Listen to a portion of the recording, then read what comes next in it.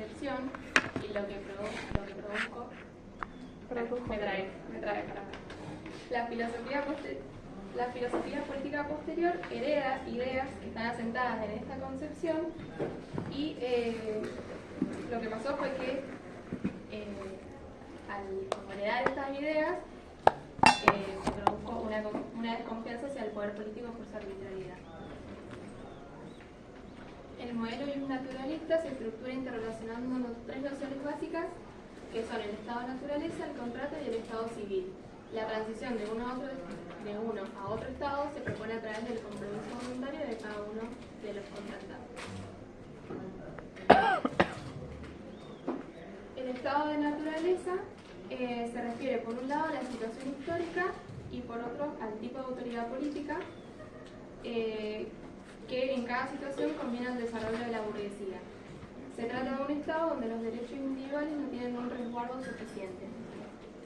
El estado civil o la sociedad civil se origina y se justifica en el consentimiento de los ciudadanos y es resultado del contrato que representa un orden en el cual los intereses son tenidos en cuenta y conforman las características de la sociedad, y la burguesía se puede percibir como una creadora del orden social y donde se institucionalizan sus prácticas sociales.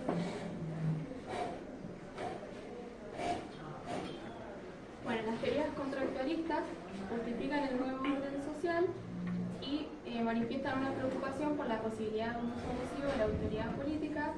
En esta teoría el Estado es pensado como un mal necesario que hace falta, pero se lo considera peligroso, y la nueva organización social está conformada por el individuo en relación con la sociedad y el derecho.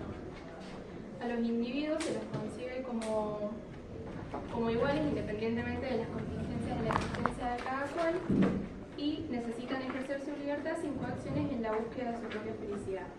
El consentimiento de los individuos instituye la sociedad les otorga el derecho a controlar el poder político, y el individuo entonces posee la libertad de autonomía y libertad de participación. Y de esta manera la voluntad política queda subordinada a la independencia individual. Y la sociedad es entendida como una juxtaposición de individuos aislados sin referencia a los vínculos y a las agrupaciones de la vida social, y las relaciones entre individuos son impuestas por las necesidades y condiciones de la existencia humana, y la independencia de cada uno es relativa, pero forzosamente tiene que haber un intercambio entre los hombres, y son relaciones que están protegidas y vigiladas. En este sentido es en el que surge el Estado, el cual es un instrumento, como esto de la desconfianza de que se le otorga al Estado, pasa a ser un buen instrumento, el cual tiene como función cuidar este desarrollo natural de las interacciones humanas, garantizando, marcando las libertades y derechos de cada persona, pero también los límites, que es lo que hablábamos en la clase pasada, de que el límite de la libertad de uno es la libertad del otro. Bueno, a su vez, conserva la armonía y la finalidad es que todos sean felices. Bueno, la mediación entre la sociedad y el individuo sería la ley, que la cual es la garantía contra la arbitrariedad del producto de la violación de derechos individuales entre las relaciones entre hombres y el poder político. En este sentido se distinguen dos ámbitos, el ámbito social y el ámbito político. El ámbito social es en el cual los individuos generan relaciones libremente en función de intereses propios. Y el ámbito político en realidad se trata de las relaciones entre individuos, pero mediadas por el Estado, que sería originado por ese mismo fin de asegurar el respeto a los derechos de cada uno. Luego pasamos a las teorías justnaturalistas, en el cual lo político siempre se funda o se rige alrededor del individuo y su libertad. Y generalmente suelen haber como oposiciones entre todo lo que serían los individuos, la sociedad y el Estado. Realmente los derechos o los intereses de cada uno suelen estar en oposición. Se genera una relación antagónica entre el individuo y el Estado, porque el individuo siempre va a velar por los derechos de uno, pero el Estado tiene que velar por los derechos de toda la sociedad. Entonces ahí se genera esa relación antagónica. Cada individuo siempre va a estar en competencia con el otro porque para poder llegar a la libertad tiene que ser mediante la emancipación. Entonces tiene que ser por mérito. En este sentido, el Estado no va a intervenir en esa competencia porque otra de las funciones del Estado es no modificar el orden social. Finalmente tenemos la libertad negativa y positiva, en la cual la libertad negativa es la libertad esencial del individuo, porque es en la cual no interfiere el Estado, sino que cada individuo es su única autoridad. Entonces responde a una pregunta que sería ¿en qué ámbito mando yo? Y la libertad positiva es esa situación o estado en la que se quiere el uso de la libertad. Entonces respondería a la pregunta de ¿por quién soy gobernado? Que ahí es donde entra el Estado. Y eso sería todo.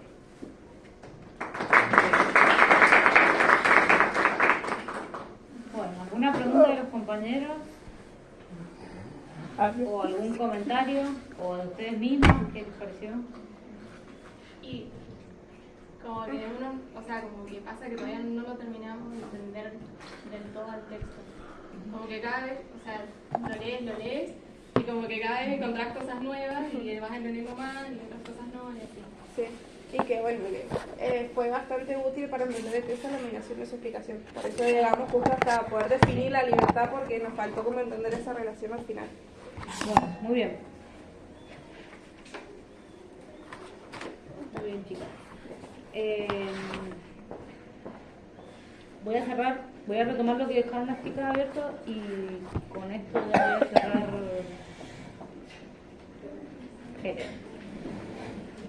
¿Dónde estaría?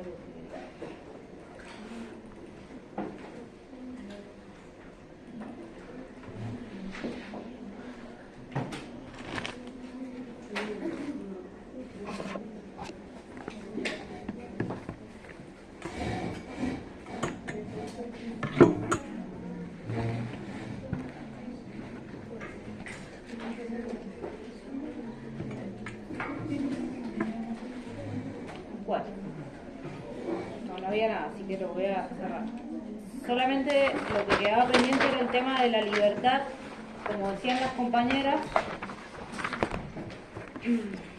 que hay algo que se desprende de la concepción moderna de individuo, es ese principio de la libertad, que justamente también lo atribuye desde un naturalismo a una condición natural. Esto es, somos libres por naturaleza los seres humanos, pero supone en estas teorías modernas que para poder concretar esa libertad o ese principio hay que también desarrollar una lucha para la propia emancipación. Esto es necesario para conquistar la libertad de alguna manera resolver los posibles conflictos que hay con otros individuos, con la sociedad como totalidad de los individuos y también con el Estado, ¿sí? Entonces, para alcanzar una libertad plena hay que trabajar sobre esas oposiciones que ha venido desarrollando, que hemos venido comentando con Heller. Dice Heller, uno tiene que entender la libertad que se desprende de estas teorías modernas como una libertad que se define espacialmente, ¿sí? Ahí aporta algo para que lo pensemos, ¿sí? Cuando pensamos la libertad, en general no le atribuimos un carácter espacial, ¿o sí? A mí me parece que esto que estoy diciendo, que lo dice Heller al pasar, es bien importante porque justamente él dice la libertad moderna, la libertad del hombre moderno es eminentemente la libertad negativa. Esto es un espacio sin interferencias donde el individuo es la única autoridad, ¿sí? Voy a hacer una aclaración porque siempre esto trae a la confusión, el tema de lo negativo y lo positivo. No remite al sentido común de adjetivación de algo positivo o negativo, sino que simplemente es una distinción que proviene de la teoría política moderna. ¿Qué quiero decir con esto? No le busquen lo positivo o lo negativo como lo pensamos en sentido común, sino qué significa esa distinción simplemente en ese marco. ¿Se entiende lo que estoy diciendo? Para que le quitemos eso. Dice Heller, ¿no? Tiene que comprender entonces, para pensar la libertad en el sentido moderno, la distinción entre libertad negativa y positiva. Y decía yo recién, dice él, tenemos que pensarla espacialmente. La libertad negativa responde a la pregunta ¿en qué ámbito mando yo? Es decir, remite a un espacio, como ese carácter espacial, a un espacio de decisión personal. ¿Sí? ¿En qué espacios también yo puedo tomar decisiones personales? Y la libertad positiva responde a la pregunta ¿por quién soy gobernado? Esto es, se ejerce, dice Heller, en el espacio que abre la libertad negativa. ¿A qué remite esto? A la idea de que la libertad individual sea pensada espacialmente. Sí. Era repetido, ¿no? La diferencia entre negativa y positiva. Remiten una y otra a dos espacios distintos. La negativa al espacio de la decisión personal.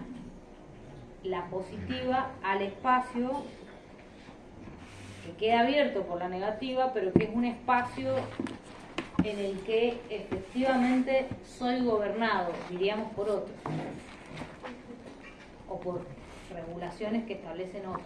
Ese otro sea el Estado, la sociedad, un superior, quien sea. Decía, ¿qué quiere indicar esto? Que la libertad moderna o la libertad del individuo moderno es pensada espacialmente, y eso supone que el contenido de ese espacio queda indefinido porque,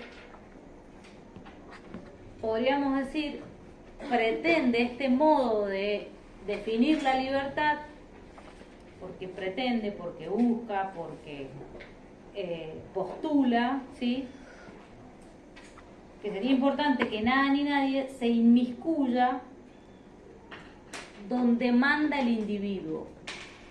La pregunta es si el individuo manda en cualquier parte, si yo como individuo mando en cualquier parte. Y por supuesto que la respuesta a eso va a ser no. ¿Sí? Que se postule la libertad natural de todos los individuos no quiere decir que en todos los espacios yo pueda hacer lo que yo quiera.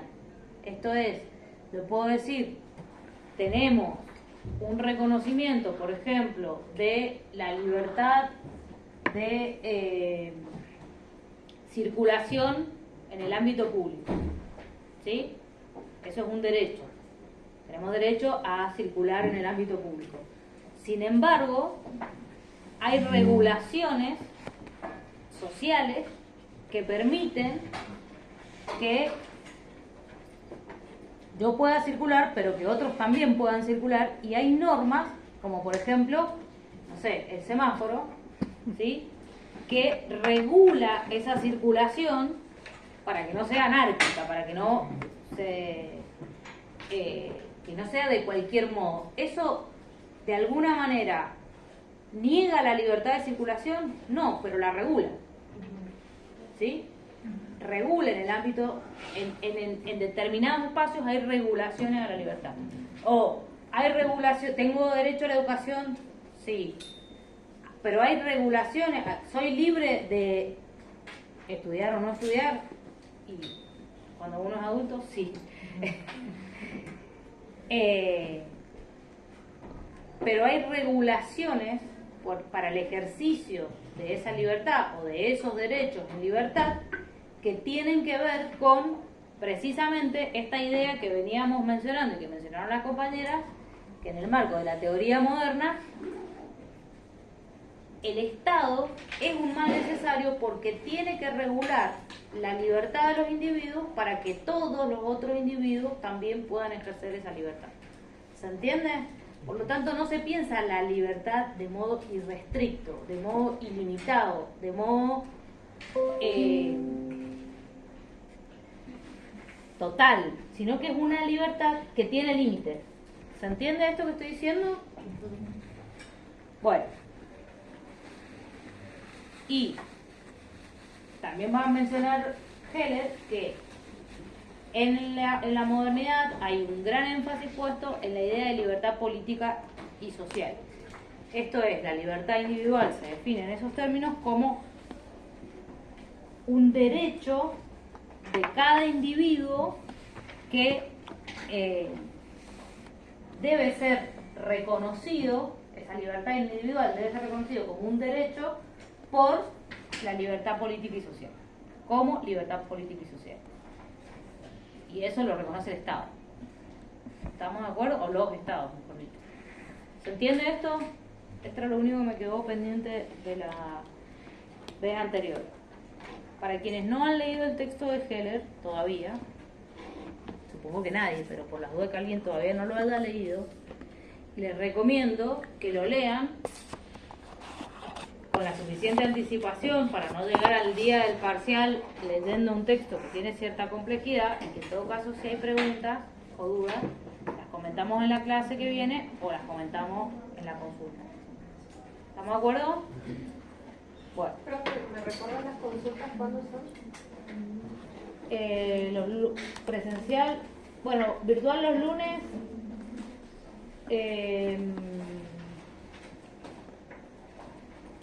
Virtual los lunes a las 11:30 de la mañana. Y presencial los lunes a las 14, de 14 a 15 acá en campus. Bueno, a ver. ¿Dónde lo habré visto esto?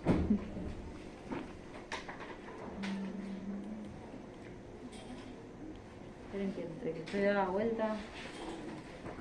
¿Están quienes exponen Kant y Flora Tristán la semana que viene? Sí. ¿Sí? Bueno, esos dos grupos, ¿sí? Había seguramente programado otro más para la semana que viene, que pasa para la siguiente porque no lo vamos a llegar a ver el tema, que sería Marx. ¿Están quienes exponen Marx? Sí. Bueno, ¿se entiende lo de la fecha? Sí. ¿Está claro? Bien. Este no. A ver.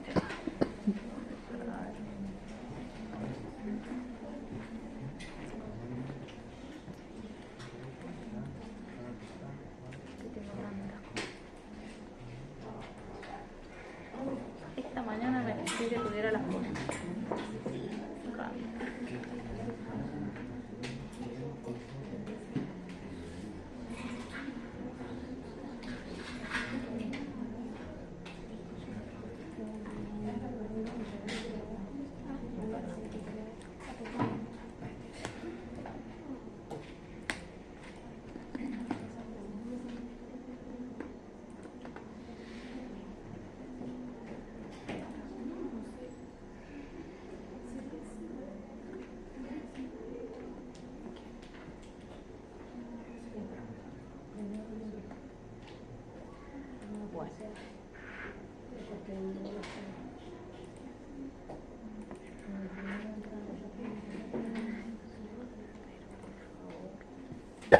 Bueno, ¿qué vamos a ver a continuación? Vamos a empezar con la siguiente unidad. Nos hemos concentrado por ahora en una introducción general de la materia y en el texto de Heller, que presenta justamente la primera concepción que veíamos de antropológica, que era la de individuo, ¿sí? Y qué características se conforman en relación con ese concepto o con esa concepción. Son principalmente las de igualdad y libertad. Vamos a ver a continuación una concepción que se da en el marco de la modernidad avanzada, diríamos, que es la concepción de Kant, y vamos a ver cómo trabaja Kant cierta concepción de ser humano concentrada en la idea de razón. ¿Sí? Esto es, como Kant define al hombre por su razón, por su capacidad racional, y eso es tan fundamental y tan importante para Kant, que le lleva a definir distintos usos de la razón, y vamos a ver que de alguna manera esto explica parte de lo que hemos venido viendo con Heller, porque es una concepción moderna, de la modernidad avanzada. Bueno, lo que vamos a ver entonces son una serie de conceptos. El concepto de ilustración en Kant, los usos de la razón, y fundamentalmente nos vamos a centrar en la idea de la distinción entre uso público y uso privado de la razón. la idea es que entendamos la Ilustración como época histórica, pero también como una actitud frente a la realidad. Esto es no solo como la define Kant, sino qué impacto o implicancias tiene más allá de Kant, ¿sí? Conocer las tareas de la razón moderna según Kant y por qué Kant ocupa un lugar tan importante en la antropología filosófica en su historia misma, porque es el primero que se pregunta por el problema del hombre o del ser humano, y también comprender los alcances de los usos públicos y privados de la razón en relación con la noción de individuo y comunidad, en parte en relación con lo que hemos venido viendo. Bueno, todo eso dicho muy rápidamente. Si tuviéramos que, no lo he puesto en el Power, pero bueno, si tuviéramos que, hay un texto, lo voy a decir ahora por si quieren darle una mirada, sobre todo quienes pongan Kant y quienes vayan a estudiar alguna vez Kant para rendir el parcial o el final. Hay un texto que les dejamos en el aula generalmente linkeado que se llama texto Pau, le decimos, que hace toda una explicación con dibujitos, con imágenes de este texto que es la Ilustración, se llama el texto que leemos de Kant. Se lo recomiendo. Lo que sí les pido es que no confundan ese texto que es complementario con el texto de Kant, ¿sí? El otro texto es un texto como una mediación pedagógica. Esto para que lo tengan en cuenta. Bueno, si tuviéramos que decir algo de Kant, ¿sí? Cuando digo Immanuel, o en algunas traducciones se le denomina Manuel. Claro, este texto, que dice texto Pau Kant, es un texto complementario, no es el texto de Kant, ¿sí? Va explicando de a fragmentito el texto. Le sirve, pero no es el texto mismo. El texto de Kant se llama ¿qué es la Ilustración? Directamente. Digo esto porque ya otra vez se ha pasado y se confunde.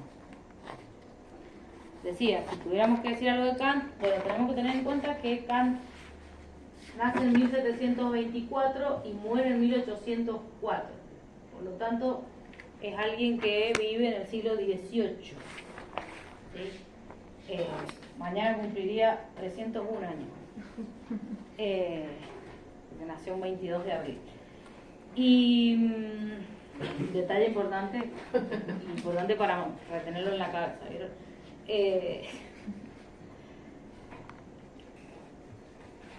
Es un autor, es un filósofo que, como decíamos, resulta pionero en la antropología filosófica porque es el primero que se pregunta por qué es el hombre en términos problemáticos, asumiendo que las respuestas que se han dado hasta ese momento no son plenamente convincentes o no son plenamente satisfactorias, diría. Habíamos dicho que, bueno, y él vive en un momento de la modernidad que se conoce como el siglo de las luces o el siglo de la Ilustración o el proceso de la Ilustración, ¿sí? Que es el siglo XVIII precisamente. Habíamos dicho que si hay algo que empieza en el 17 pero que se extiende hasta el 18, o sea, habíamos dicho que si hay algo que caracteriza a la modernidad como época histórica es precisamente la confianza en la razón, ¿sí? En la capacidad del ser humano en cuanto ser racional para conocer, pero también para determinar qué es lo que está bien y qué es lo que está mal a partir del uso de su razón, ¿sí? Y habíamos dicho cuando antes del texto de Heller, antes de que viéramos Heller, que justamente la modernidad se distingue de la época anterior, que es el medioevo, porque desconfía de otras creencias como las creencias religiosas. ¿Se acuerdan? Y que de hecho, en términos políticos, la modernidad es la época en que se divide el poder religioso del poder político. Y eso tiene que ver con que se confía en la capacidad de los seres humanos para darse sus propias formas de gobierno, para darse sus propios gobiernos, y no dejar en la autoridad de la Iglesia, ¿sí? O en el poder de la Iglesia las decisiones incluso del gobierno, ¿sí? Bueno, estoy hilando con lo que hemos visto para ver por dónde se relaciona esto, ¿no? ¿Qué ocurre en la modernidad en general? Decía yo desde hace ya varias clases. Bueno, hay una serie de transformaciones que incluyen también lo que hemos visto con Heller como la secularización de muchas ideas que provenían de tiempos anteriores e incluso de un origen religioso, como la idea de igualdad, ¿no? ¿Qué ocurre en el siglo XVII? Se desarrolla el siglo de las luces o la Ilustración, que es una época histórica que le va a dar centralidad a la racionalidad, ¿sí? Y hay una confianza en el progreso, en la capacidad del progreso del individuo y de la humanidad, como no se había visto en siglos anteriores. ¿Sí? Voy a decir esto que puede ser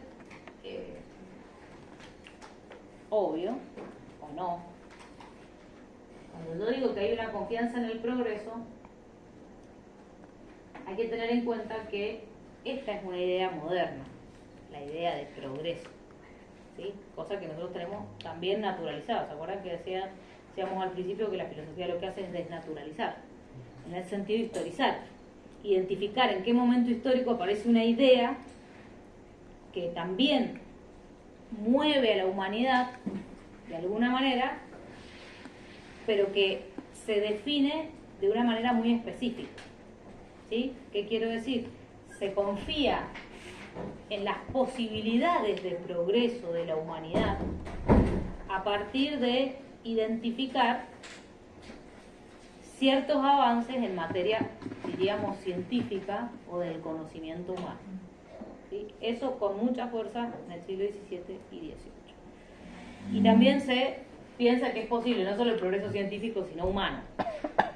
¿Se acuerdan que yo, cuando exponía, Horkheimer decía, y el texto se llama La dialéctica de la Ilustración, cuando hacía referencia a Horkheimer, les decía, Horkheimer en la dialéctica de la Ilustración dice que la modernidad desarrolló una idea de progreso y de razón que por lo menos tiene que ponerse en cuestión, decía, de un autor contemporáneo, de pleno siglo XX. ¿Por qué?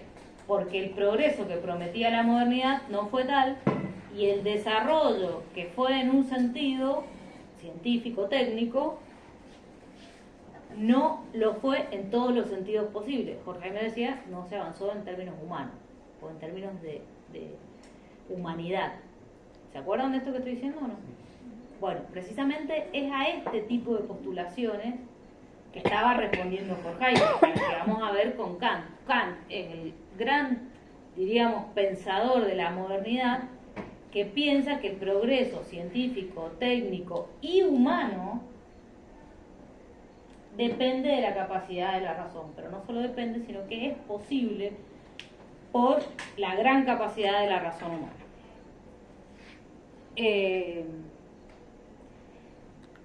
Esto, ¿sí?, que es la confianza en la luz natural de la razón y que supone una confianza en el progreso del individuo y de la sociedad y de la humanidad, se asienta en la idea de libertad, precisamente, en el ideal de libertad que encarna Kant, ¿sí? Esa libertad que se piensa como lo que hace posible que los seres humanos progresen, Kant la anuda, la piensa en relación con la educación. Esto es, ¿cómo sería posible el progreso de la humanidad y también del individuo, ¿sí?, también de los individuos particulares? A partir de que la educación promueva la emancipación de las conciencias y prepare a los ciudadanos para que sean partícipes en las nuevas formas de gobierno, que son las que hemos descrito con Heller. Esa confianza en la razón o en la capacidad humana de conocer racionalmente el mundo le permite explicar, por ejemplo, el progreso de una economía, podríamos decir, artesanal, que se daba en el medioevo, a una economía capitalista, ¿sí?, en la que ya se incorpora el conocimiento técnico, en el siglo XVIII, estoy diciendo. Bueno, ¿qué representa la Ilustración y qué representa Kant como pensador de la Ilustración? La confianza en la razón, básicamente. Quiero ver una cosa. Bueno, ¿qué leemos de Kant? Un texto que se titula Respuesta a la pregunta ¿qué es la Ilustración? ¿Sí? Que se ha acotado diciendo que el texto se denomina ¿qué es la Ilustración? Como pregunta. Este texto se publica en 1784, es decir, apenas unos años antes de la Revolución Francesa, ¿sí? Pero ya estaba, por supuesto, circulando las ideas. Kant, nunca lo dije, pero es alemán. Nació en Königsberg, que sería como hoy día Alemania, en ese momento era Prusia, que era como un límite entre Rusia y Alemania. Decía, el texto se publica en 1784, pero de alguna manera permite pensar las grandes ideas que van a circular como ideales de la Revolución Francesa, que habíamos dicho es el hito histórico que se señala como finalización de la Edad Moderna, ¿sí? Es decir, Kant es un moderno en la plenitud de la modernidad, ¿sí? ¿Se entiende esto o no?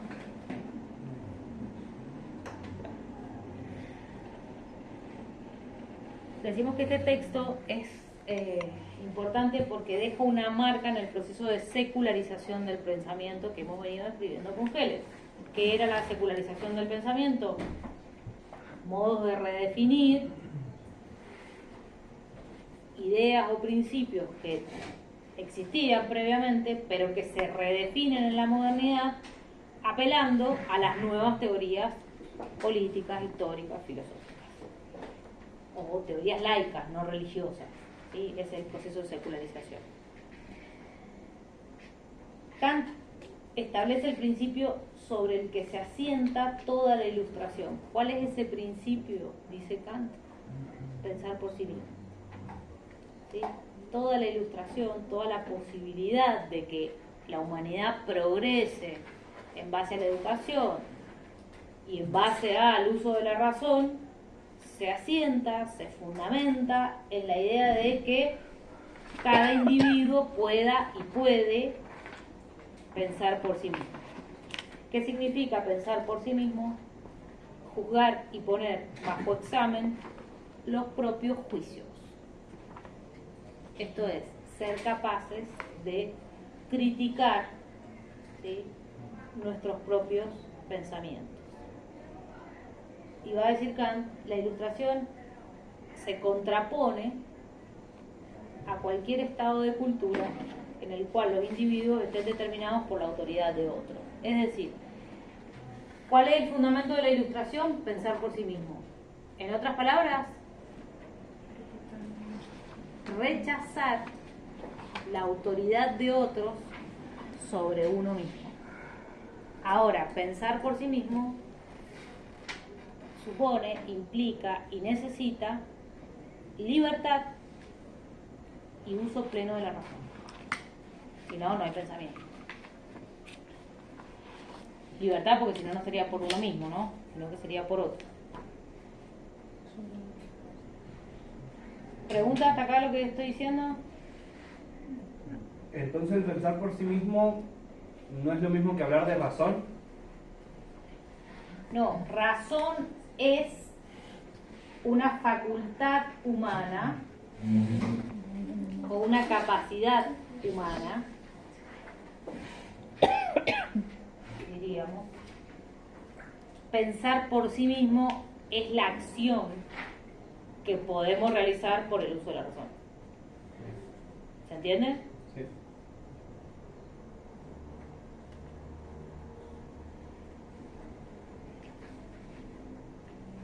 ¿Por qué poder criticar nuestros propios pensamientos?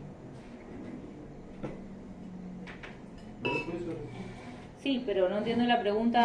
Porque no entiendo por qué, o sea, yo puedo ver mi entorno y actuar críticamente o pensar críticamente de qué es lo que está pasando, qué es lo que me dicen, qué pasa, si es verdad o no, pero criticar mis propios pensamientos, eso fue desde siempre, porque nadie me prohibía a mí ver qué es lo que yo pienso, por más que si no se lo decía a nadie, supongamos, era un plebeyo y tenía pensamientos revolucionarios, si no se lo decía a nadie no pasaba nada, o sea, y podía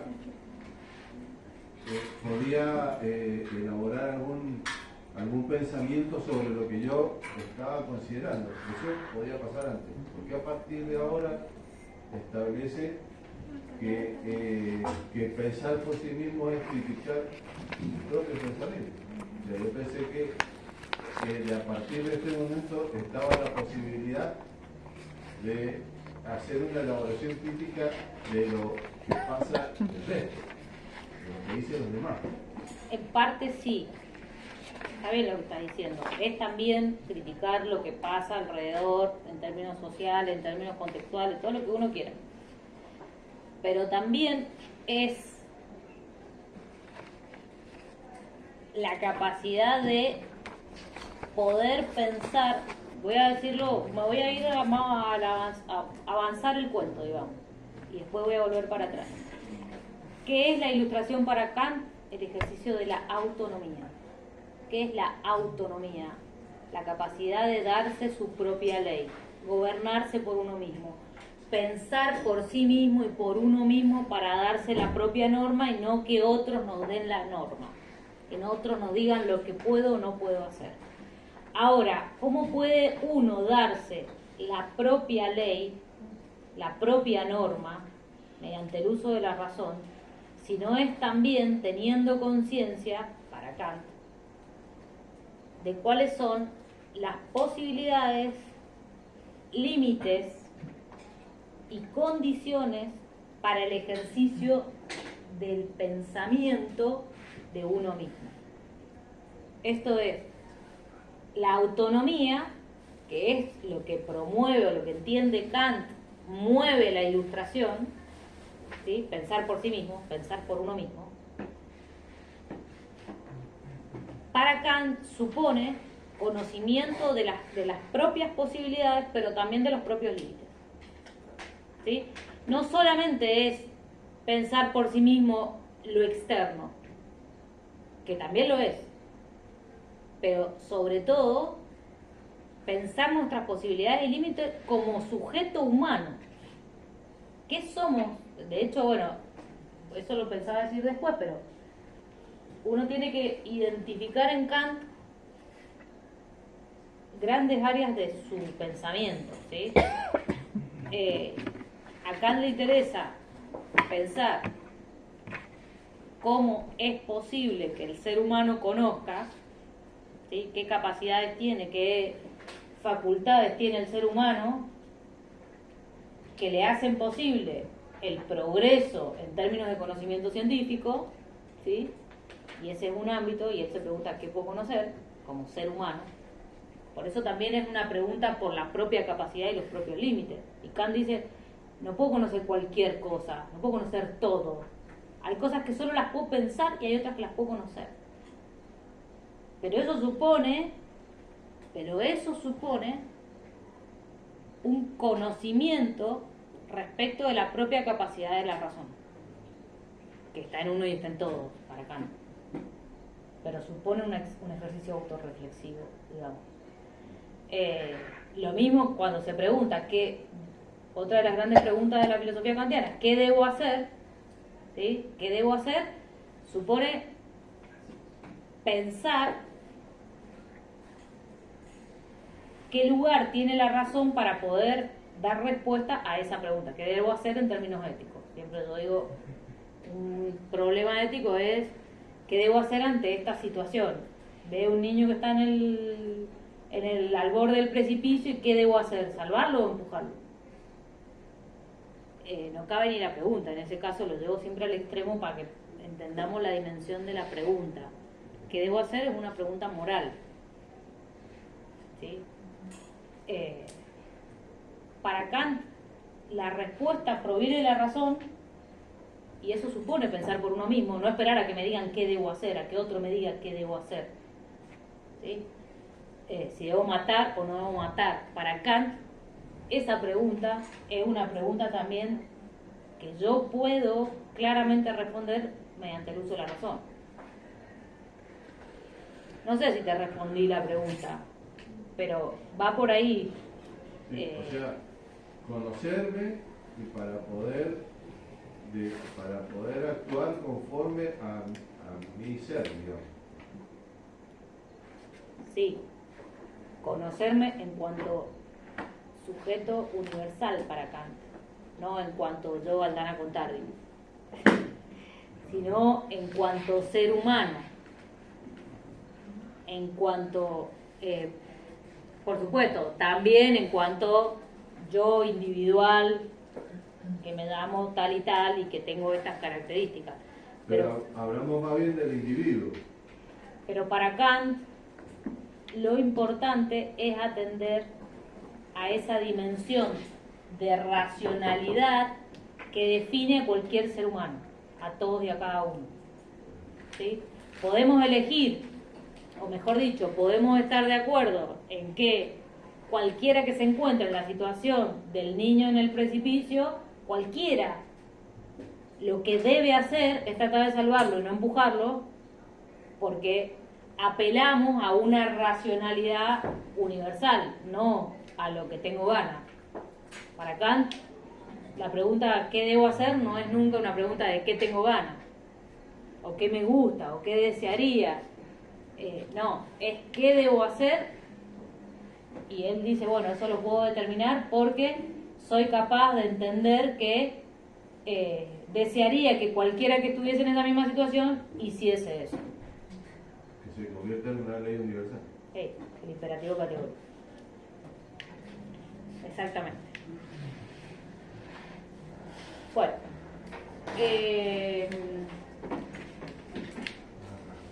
Esto ya lo dije.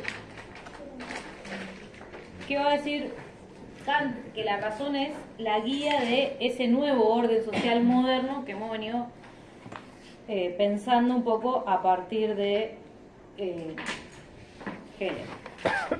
¿Cuál es el ideal de la Ilustración? Que todos los seres humanos estén en condiciones de pensar por sí mismos. No solo que pensemos cada cual por uno mismo. Decía yo recién, bueno, ¿cuál es el principio sobre el que se asienta la Ilustración? Pensar por sí mismo. Pero el ideal supuesto es que todos los seres humanos estén en condiciones de pensar por sí mismos. Y ahí hay otro, digamos, hay otro nivel del análisis. O hay otra cuestión a tener en cuenta. La pregunta es, ¿todos estamos, y mejor dicho, hay que contextualizarla, todos estaban en ese momento en condiciones de pensar por sí mismos? ¿Todos estaban en condiciones de desarrollar la autonomía de la razón? ¿Todos estaban en condiciones de darse su propia ley? ¿Sí? Bueno, por un lado hay que tener en cuenta que esto supone un nivel de reflexión acerca del presente de Kant, de su momento histórico. Es una pregunta por su momento histórico, el momento de la Ilustración, el momento de las posibilidades de que la autonomía fuera posible, pero es también una preocupación ético-política de su momento, pero mucho más allá de su tiempo histórico. Voy a leer cómo empieza Kant el texto para que veamos cómo es esto. No sé si tienen el texto. Yo tengo otra traducción, así que por ahí hay alguna palabrilla que cambia. Empieza Kant diciendo, la ilustración es la salida del hombre de la minoría de edad de la cual él mismo es culpable. La minoría de edad estriba en la incapacidad de servirse del propio entendimiento sin la dirección de otro. Uno mismo es culpable de esta minoría de edad cuando la causa de ella no yace en un defecto del entendimiento, sino en la falta de decisión y ánimo para servirse de él sin la conducción de otro. Sapere aude, ten el valor de servirte de tu propio entendimiento. Esta es la divisa de la ilustración, es decir, este es el lema de la ilustración. Vuelvo a lo que dice Kant. ¿Cómo define la ilustración? Como la salida del hombre de la minoría de edad de la cual él mismo es culpable. Cuando habla de minoría de edad, Kant se está refiriendo a la minoría de edad cronológica de los 18 años que reconoce la ley, es decir, que uno pasa de la minoría a la mayoría, sino que es un modo metafórico de aludir al paso de un momento en el que somos tutelados por otros, padres, tutores, responsables legales, quienes fueran. Es el paso, la mayoría de edad representa la posibilidad de ser autónomos, precisamente. ¿Qué supone la autonomía? Poder tomar decisiones responsables sobre algún aspecto de la vida, sea comprar o vender, que es la autonomía en términos legales, sea adquirir bienes, sea trabajar, sea tomar decisiones a futuro, ¿sí? Entonces, ¿qué dice Kant? La ilustración es la salida del hombre de su minoría de edad. Y es más, dice, de su autoculpable minoría de edad. Esto es, no de pasar simplemente porque cumplió determinada edad o cumplió tantos años, sino la ilustración es el ejercicio en acto de la voluntad de dejar las tutelas de otros que nos dicen qué debemos hacer. ¿Sí? Porque se supone que mientras uno es menor de edad está tutelado, no puede decidir cualquier cosa. Los otros le dicen qué puede hacer y qué no, qué debe hacer y qué no. ¿Sí? Pero él dice, en realidad, uno puede ser adulto toda la vida y permanecer en una minoría de edad autoculpable porque la elige, porque elige que otros le digan qué hacer. ¿Se entiende esto? Bueno, de ahí que dice la divisa o el lema de la ilustración es: ten el valor de servirte de tu propio entendimiento. En este caso, entendimiento debe ser entendido como razón, como sinónimo. No siempre lo es. En este caso lo es. En la traducción, por lo menos. Avanzo un poquito con la lectura y después vuelvo sobre esto. Dice Kant: la mayoría de los hombres, a pesar de que la naturaleza los ha librado desde tiempo atrás de conducción ajena, permanecen con gusto en la minoridad a lo largo de la vida debido a la pereza y la cobardía. Por eso les es muy fácil a los otros erigirse en tutores. Es tan cómodo ser menor de edad. Si tengo un libro que piensa por mí, un pastor que reemplaza mi conciencia moral, un médico que juzga acerca de mi dieta y así sucesivamente, no necesitaré del propio esfuerzo. Con solo poder pagar, no tengo necesidad de pensar. Otro tomará mi puesto en tan fastidiosa tarea. Como la mayoría de los hombres, y entre ellos la totalidad del bello sexo, así se refiere a las mujeres, tienen por muy peligroso el paso a la mayoría de edad, fuera de ser penoso, aquellos tutores ya se han cuidado muy amablemente de tomar sobre sí semejante superintendencia. Después de haber atontado sus reses domesticadas, de modo que estas pacíficas no osen dar un solo paso fuera de los andariveles en que están metidas, les mostraron el riesgo de que las amenazas si intentan marchar solas. Lo cierto es que ese riesgo no es tan grande, pues después de algunas caídas habrían aprendido a caminar. Pero los ejemplos de esos accidentes, por lo común, producen timidez y espanto y alejan todo ulterior intento. Bueno, ¿qué les parece? ¿Qué suman este fragmento acá?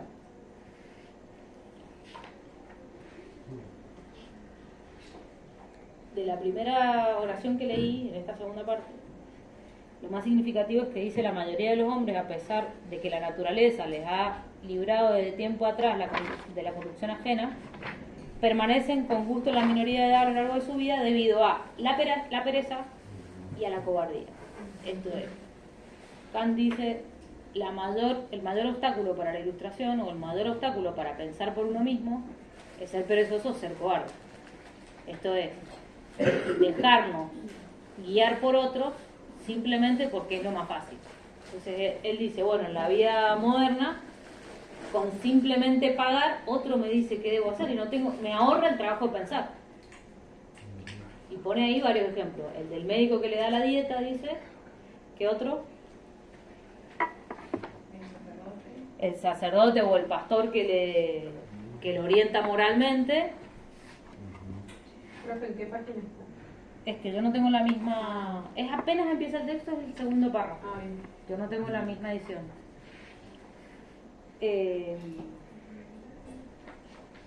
Bueno, el pastor que reemplaza la conciencia moral, un médico que juzga acerca de la dieta, bueno, y así sucesivamente, dice, no da más ejemplo ahí.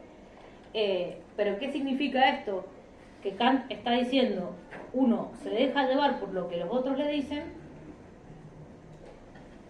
porque hay dos razones, o porque es perezoso y no quiere pensar por uno mismo, cada quien, o por cobardía. ¿Por qué? Porque uno después le puede achacar la responsabilidad al que le dijo lo que debía hacer.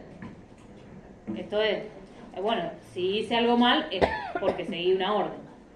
Más que pereza sería comodidad. Sí, la comodidad la relaciona, de hecho después dice, es tan cómodo... Claro. Esa pereza se refiere a la comodidad de que estoy tranquilo acá, no me Es nada tan que cómodo nada. ser menor de edad porque otro tiene que tomar la responsabilidad de tomar las decisiones. Claro. Profe, Sí, ¿puedo hacer un comentario? Quizás meto la pata. Con respecto a Mario Heller, que en la parte, cuando él habla, que dice en primer lugar, en segundo lugar, en tercer lugar, en el segundo lugar, él habla de Alexis Tocqueville, que hace una observación de la sociedad norteamericana y en una parte dice, este pensador creyó reconocer allí dos tendencias peligrosas, el clima psicológico que provoca tal igualdad crearía por un lado la posibilidad de la tiranía de la mayoría. La gente se dejaría guiar por un sentimiento de pertenencia y de comodidad que brinda el comportarse como todos lo hacen. Es más o menos esto, porque acá yo tenía una duda cuando lo leí, pero es esto, digamos, es la comodidad de dejarse llevar y si ya otro piensa por mí, sigo en esa. sería parecido. Iría por ahí. De hecho, Tocqueville es un contractualista, ¿sí? Y a Kant se lo ubica dentro de las teorías, no tanto contractualistas, pero sí por lo menos jus naturalistas. Estarían relacionados, están de alguna manera mirando sociedades distintas, criticando algo parecido. Digo, mirando sociedades distintas porque Kant está mirando Europa. Porque ahí él habla, dice, el peligro consiste entonces en la eliminación de las minorías por medio de la sanción o por medio de la integración homogeneizadora de todos los ciudadanos. O sea, es el peligro de dejarse llevar y que todos piensen por uno, es que uno se masifica, se convierte en una... En el caso de la crítica de Tocqueville, en ese fragmento en el que está refiriendo Heller, sí. En el caso de Kant, el peligro, digamos, en parte ese, pero él está enfocando a otra cuestión, que es que el peligro mayor para Kant es que no se ejerza la propia capacidad de razón. El peligro es no solo seguir a la mayoría, el peligro es que no hay ilustración plena, sino hay libertad, y para que haya libertad tiene que haber ejercicio de pensamiento, dos cosas, libertad de pensar, dice Kant, y libertad de poder expresar públicamente la opinión. No es menor lo que está diciendo Kant, porque hay otros autores que defienden, por ejemplo, la libertad de pensar, pero no la libertad de expresión, llamaríamos nosotros hoy. Kant no lo llama así, le dice la libertad de poder expresar las opiniones fundadas. ¿Sí? En otro sentido también es una libertad de oposición, de oponerse a lo que los tutores...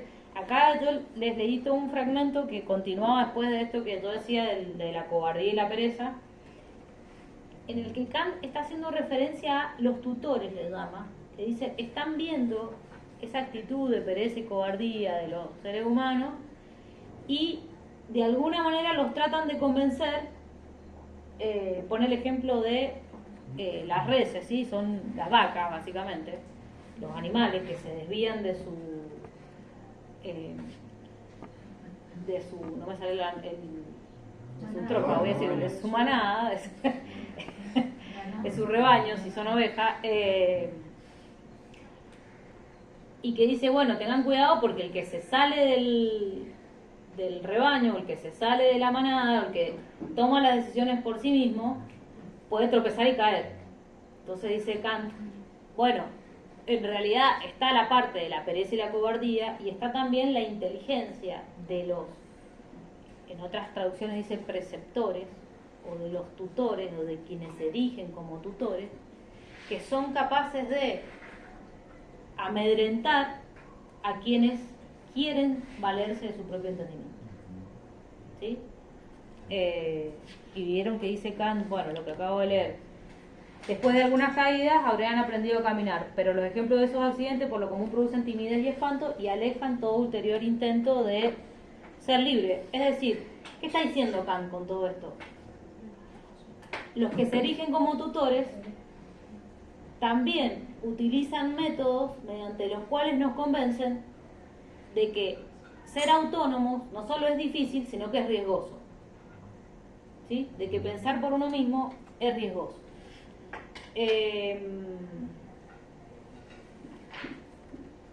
Bueno, ¿qué va a decir Kant?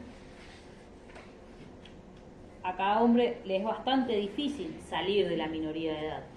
Por un lado, por la pereza, por la cobardía, pero también por, dice él... Por la conveniencia. Sí, pero además no solo por la conveniencia, dice él, porque no estamos habituados a los movimientos libres, dice él. Esto es, porque hay ciertos hábitos también arraigados que no son tan fáciles de quebrar, ¿sí? Hay hábitos que nos hacen que nos relajemos en las decisiones que toman otros por nosotros. Para Kant, esto no está en el texto así como lo voy a decir, pero si uno lee el texto, uno leyera otros textos de Kant, estos están bastante claros. Para Kant, El video, hablé muy bien, el chico. es un profesor el chico. Ah, bueno. Hoy estuve toda la tarde 2 veces. Y ya está explicando. O sea, yo lo entendí bien. Muy bien. ¿Qué dice Kant respecto de la concepción de ser humano? Que es lo que nos interesa, la concepción antropológica. Que todos los seres humanos son libres, son seres inteligentes, son autónomos y están dotados de dignidad. ¿Sí? Esto es, para Kant, un ser humano es digno porque justamente es aquello que, lo digno es lo que tiene un valor y no tiene un precio, ¿sí? Y que es aquello que debe reconocérsele a todo ser humano por el simple hecho de ser ser humano. Y si no se reconoce, se llega a formas de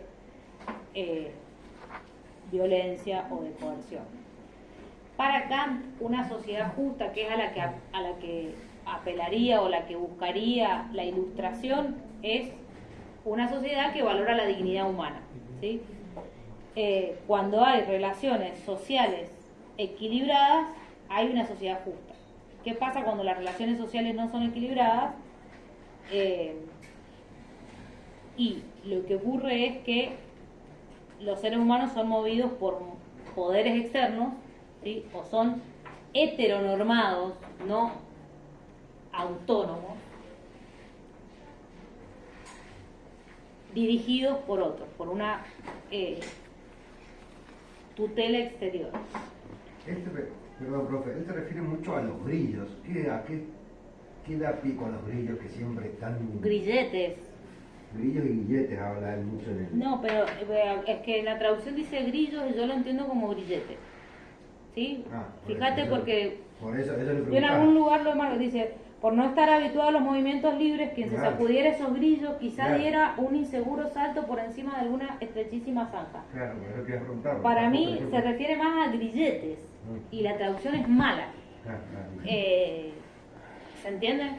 Porque si uno le pone grilletes, por no estar habituado a los movimientos libres, quien se sacudiera esos grilletes quizá diera un inseguro salto por encima de alguna estrechísima zanja. Esto es lo que decía recién. Bueno, para Kant hay un problema que también tiene que ver con el hábito, ¿sí? ¿Qué exige la Ilustración? Decía hace rato, libertad, pero no estamos acostumbrados al ejercicio de la libertad, es lo que está diciendo Kant.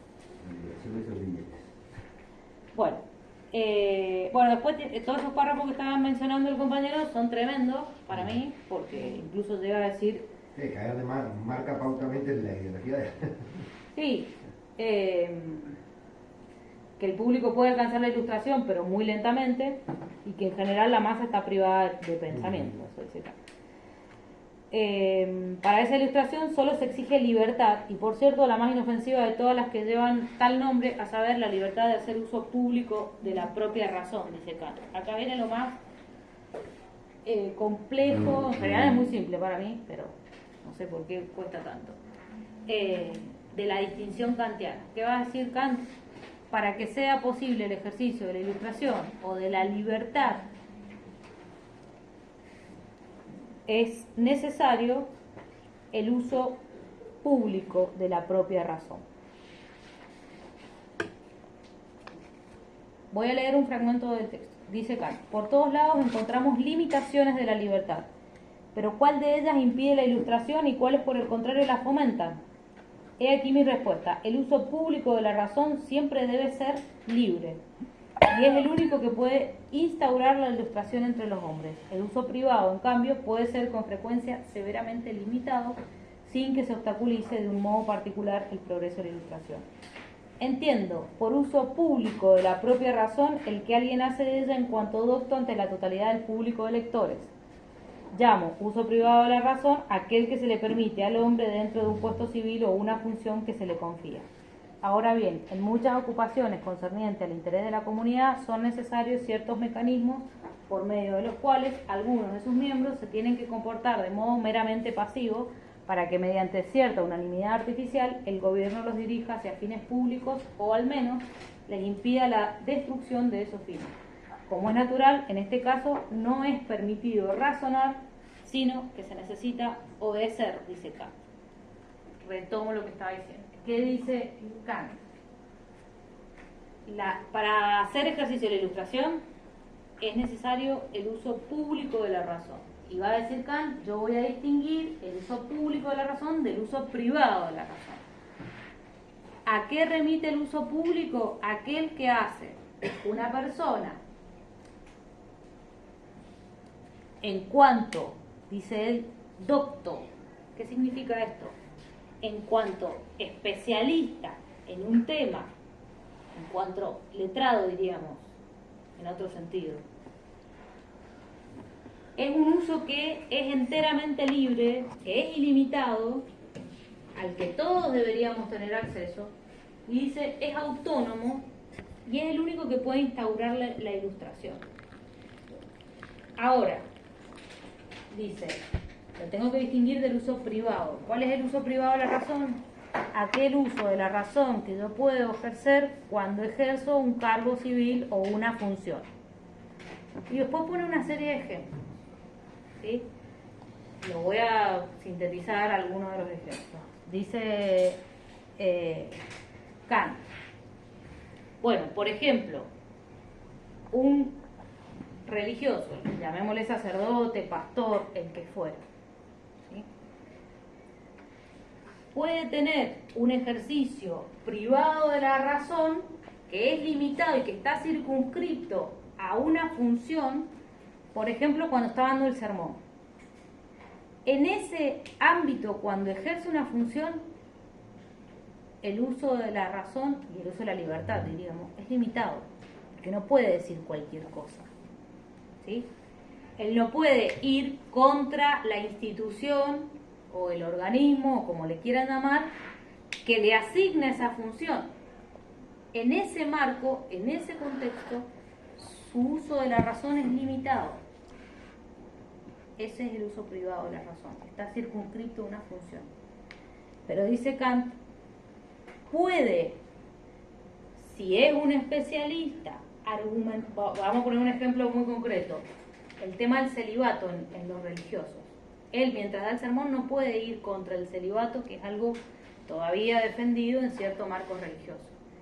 Ahora, como especialista en ese tema, puede argumentar por escrito, dice él, y ante el público de lectores, esto es, ante un público también letrado, de especialistas, de doctos, puede argumentar mediante el uso de su razón que habría que transformar, por ejemplo, el ejercicio del celibato en el marco de la vida religiosa. ¿Sí? ¿Qué significa esto?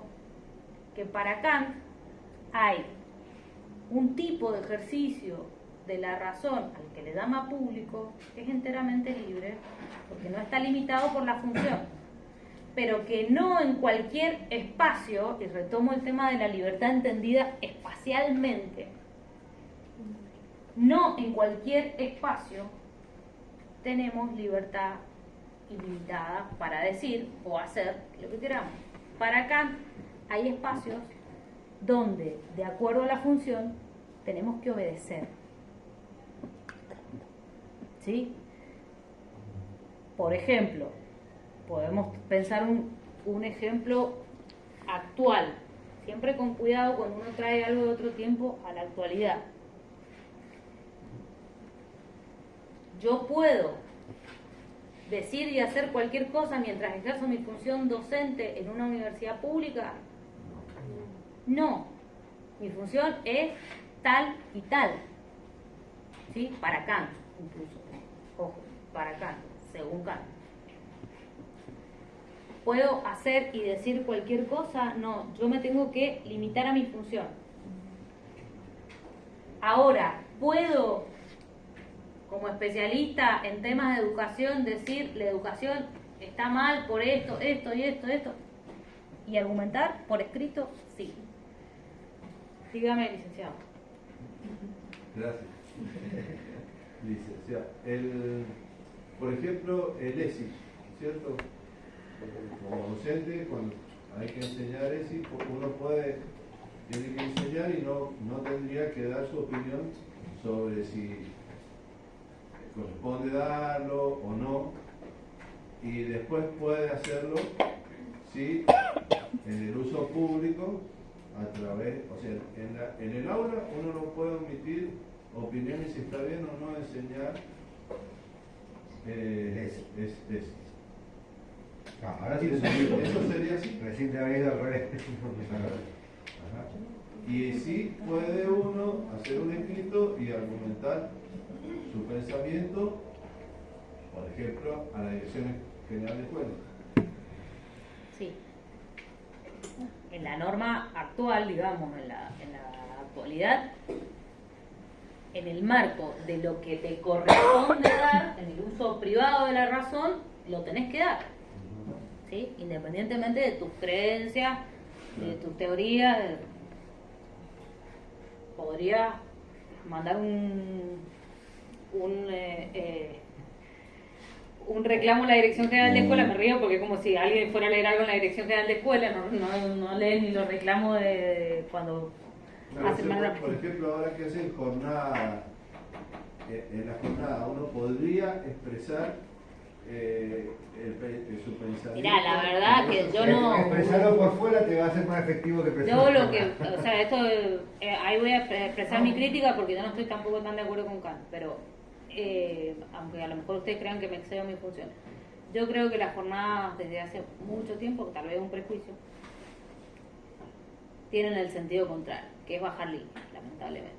No escuchar las opiniones, por más doctor y especialistas y experiencia que tengan los docentes. Lamentablemente yo creo que en la teoría está bien lo que estás diciendo. Esa sería una instancia para presentar un argumento. En la teoría. En la realidad a mí me parece que ocurre otra cosa. Pero tal vez me equivoco.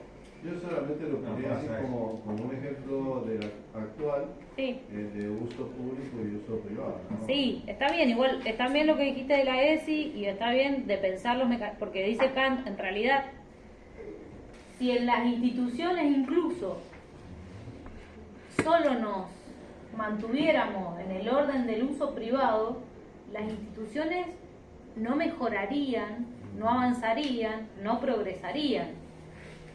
Han progresado muchas de las instituciones porque alguien se animó a decir algo que no era del orden establecido. Es la razón pública. Eso sería el uso de la razón en su uso público, ¿sí? Pero también es cierto que Kant dice, ojo, que el uso público no lo puede hacer cualquiera. No, hay que tener la base para la posición. Hay que, dice él, en cuanto doctor, esa frase significa en cuanto especialista en ese tema. No es que yo voy a ir a decir, no, señores, miren, las operaciones de cerebro la tienen que hacer así, porque yo no sé nada de eso. O sea, eso sería un disparate, digamos, sería irracional en términos kantianos. O sea, alguien puede hacer uso público de la razón en cuanto alguien está formado en ese tema, ¿sí? Por eso también dije al principio, la pregunta es, ¿cuántos están en condiciones en una sociedad dada para hacer un ejercicio de la autonomía o del uso privado de la razón, para poder acceder a la ilustración? ¿Todos estamos en condiciones? Esa era la pregunta que también se hacía Kant. Bueno, y si no todos estamos en condiciones, ¿qué habría que hacer para que cada vez sean más o que todos estén en condiciones de un ejercicio público de la razón? ¿Sí? Porque eso supone para Kant también un nivel de educación al que no habían llegado todos tampoco. ¿Se entiende? Dígame. Con Descartes se puede ejemplificar un poco eso, ¿En qué sentido? que después de toda una elaboración de su teoría del método, para ser aceptado, si se quiere, entre comillas, él dice que pero hay una entidad superior, o sea, se termina justificando todavía con esa fuerza, ¿no? del paradigma anterior, si se quiere. ¿Se puede ejemplificar esto con eso o sería o no correspondería, por ejemplo, hacer un uso Si lo de de Descartes la razón, sería pero un- estoy condicionado, pero estoy condicionado por esa razón sustancial religiosa. Es como hay un No, pero un entonces- puente ahí, pero entonces uno un está- espacio liminal. Pero entonces vos sos un especialista en el tema y no podrías usar la razón pública. Está bien lo que está diciendo. Está bien, de hecho muchas de las cuestiones que se hablan sobre ese texto es que precisamente él en realidad simplemente hace esas consideraciones porque en ese contexto tenía que hacerlo. Tenía que hacer. Porque en ese contexto tenía que hacerlo. Es complejo y enroscado el ejemplo, pero sí sirve. Digo, los hermanos no deben saber ni de qué estaba hablando, pero sí te entiendo. Perdón, un paréntesis. No, está bien, igual te entiendo. Yo te entendí, sí, está bien lo que estás diciendo. Es de esa índole. De hecho, bueno, algunos dicen que el texto mismo Kant lo escribe porque en algún sentido también sufrió estas cuestiones de que, de hecho, todo el texto, es muy breve el textito que les damos para leer, pero él pone el foco en que la cuestión religiosa es como la central o el central impedimento para el ejercicio pleno de la ilustración. Porque dice, bueno, por ejemplo, el Estado no intenta tutelar en cuestiones de arte, por ejemplo. No intenta decir, pero sí hay estados que todavía avalaban determinada religión y no otra, y entonces decían cómo sus ciudadanos tenían que pensar en ese sentido, en el sentido religioso, y la religión es de por sí una tutela muy fuerte todavía en la época de Kant. ¿Sí? ¿Se entiende esto? Entonces él va a decir, bueno, uno de los principales ámbitos donde uno ve que sigue ejerciendo mucha influencia la religión es en la tutela moral. ¿Sí? En lo moral sigue siendo una tutela que pone límite a la propia autonomía de la razón. Profe, Dígame. cuando Kant habla de que esta razón de uso público tiene que ser por escrita, perdón la pregunta, ¿literalmente tiene que ser escrito o no se puede presentar ante pares de igual conocimiento y discutirlo, pero... Eso tiene que ver con el canon de la época. El que sabía, el docto era el que era capaz también de poner por escrito. Pensemos que es una época donde todavía hay muchísimo analfabetismo. Entonces es literal, porque incluso en una disertación oratoria, digamos,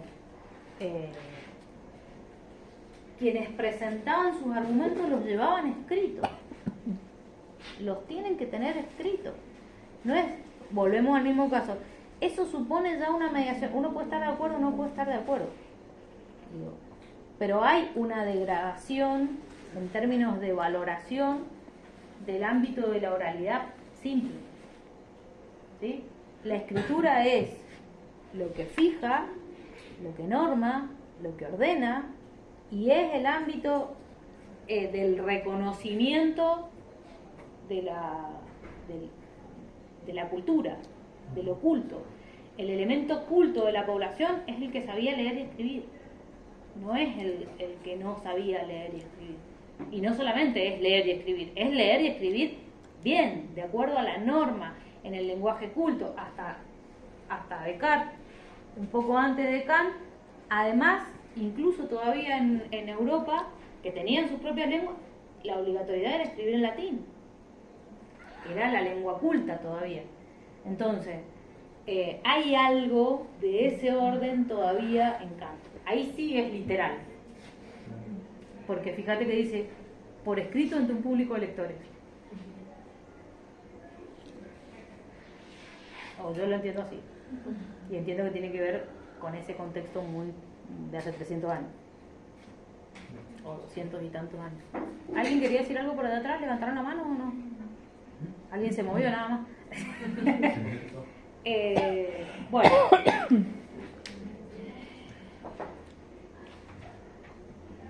¿Qué dice además Kant? Que la ilustración en sí misma es un proceso gradual. ¿Qué significa esto? Que no se va a lograr de la noche a la mañana. Que supone un tiempo en el que los seres humanos también cambian esos hábitos. Entonces él va a distinguir la época ilustrada de la época de ilustración. ¿Qué dice Kant? Vivimos en su época, en una época de ilustración, que es la época de Federico, porque él dice, bueno, Federico es quien ha impulsado justamente la libertad en términos religiosos, o ha reconocido la posibilidad de que cada ciudadano elija libremente qué religión profesar y cómo profesar esa religiosidad. Es decir, hay una tolerancia religiosa que, dice él, es el principio para la emancipación de todos los seres humanos. Ahora, ¿qué dice Kant?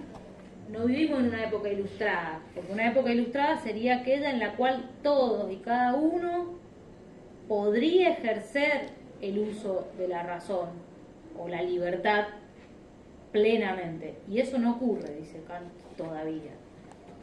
Hablando de su propia época. Es una época de ilustración, no ilustrada, porque es un proceso que solo se logra haciendo uso de la razón plenamente. ¿Qué hay en Kant? Hay que decirlo, una búsqueda de enfatizar la transformación de las instituciones mediante el uso público de la razón. ¿sí? Esto es de mejorar. Para Kant la naturaleza humana tiene un fin que es progresar. Y el progreso toma la forma, para Kant, de la Ilustración. Toma en ese momento histórico la guía o el ideal de la Ilustración. La Ilustración es sinónimo de progreso, ¿sí? Y el progreso individual o de las instituciones no es posible si no hay un uso pleno de la razón. ¿Qué más?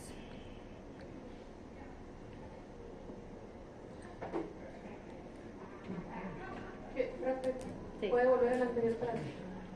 ¿Esa o esa? No, la siguiente. ¿Esa? Bueno, ¿Época de Federico a qué se refiere? al gobernante que es un representante del despotismo ilustrado, ¿sí?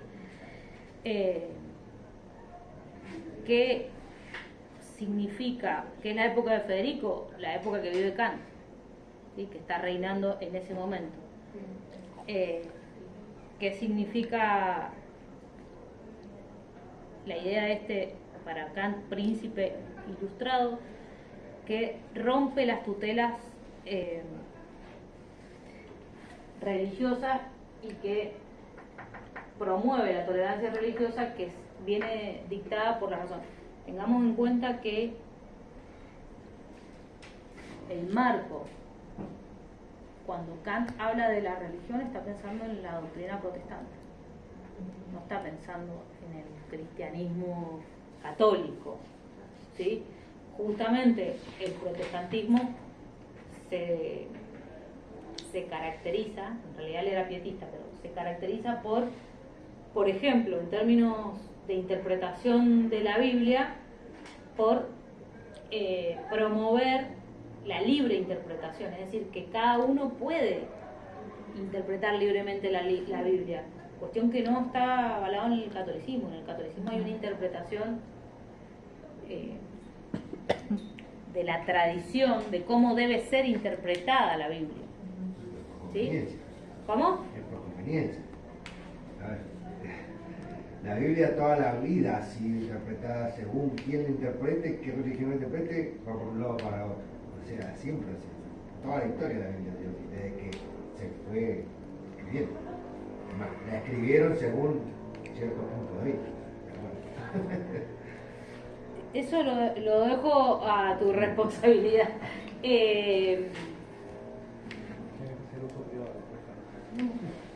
Claro, yo hago uso privado de la razón en este caso. Y en un día en el que es muy especial para la religiosidad, no solo porque ayer fue Pascua, no solo porque quienes profesan otras religiones como la judía también han estado celebrando estos días su Pascua, su Pesaj, sino porque hoy día, falleció el Papa Francisco, que además en términos nacionales no podemos o no ser religiosos, pero en términos de lo que ha significado para nuestro país, para América Latina y para el mundo, es un montón. Así que aun cuando uno profese o no esa religión, es un día histórico. Hubieran dado feriado. Por suerte las instituciones educativas todavía mantienen la laicidad, al menos declamatoriamente.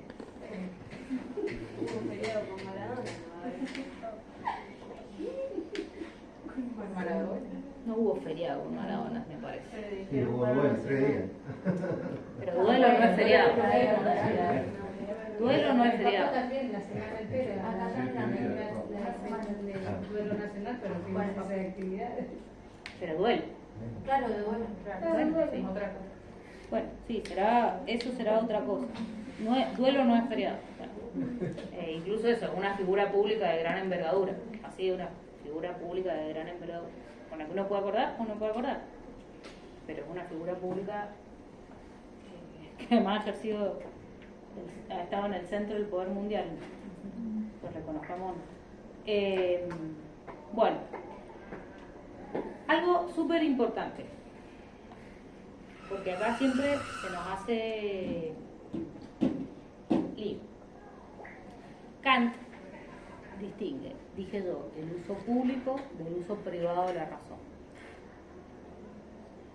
Pero anterior a esa distinción, anterior en términos de fundamentación de la teoría kantiana, Kant distingue el uso teórico del uso práctico de la razón. Y dice: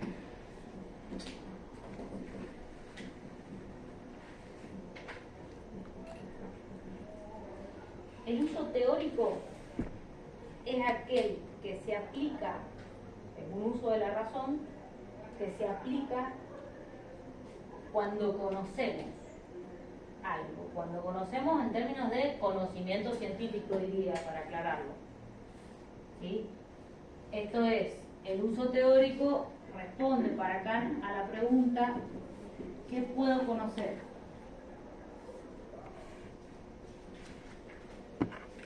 ¿Sí? De hecho, eso lo desarrolla en una obra que se llama Teoría Crítica de la Razón Pura, cualquier cosa. Crítica de la Razón Pura. El uso práctico de la razón es aquel que se orienta a responder a la pregunta: ¿qué debo hacer?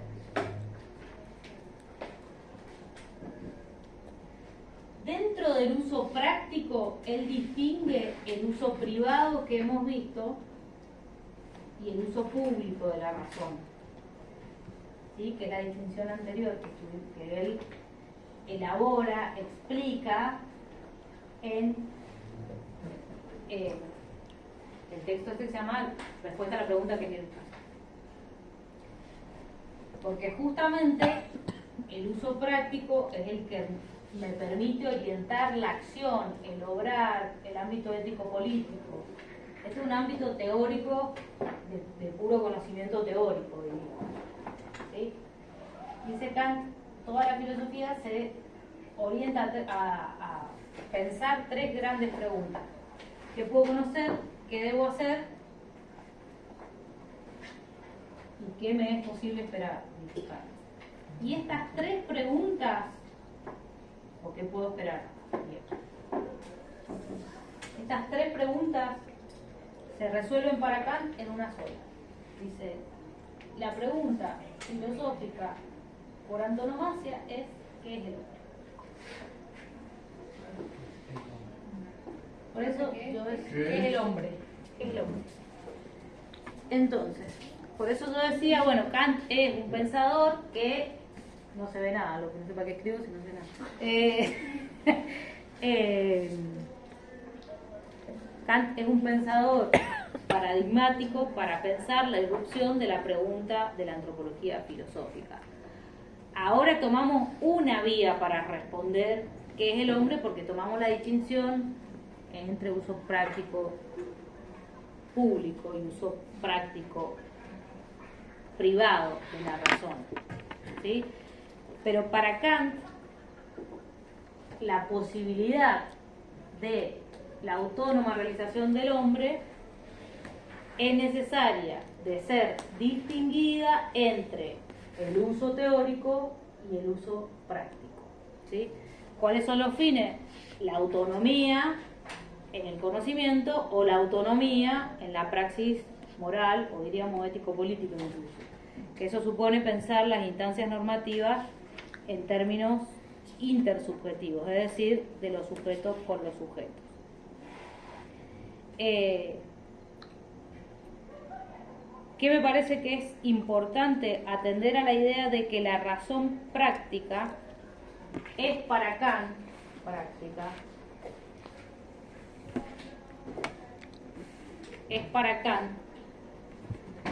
la que permite el ámbito de realización plena de la racionalidad.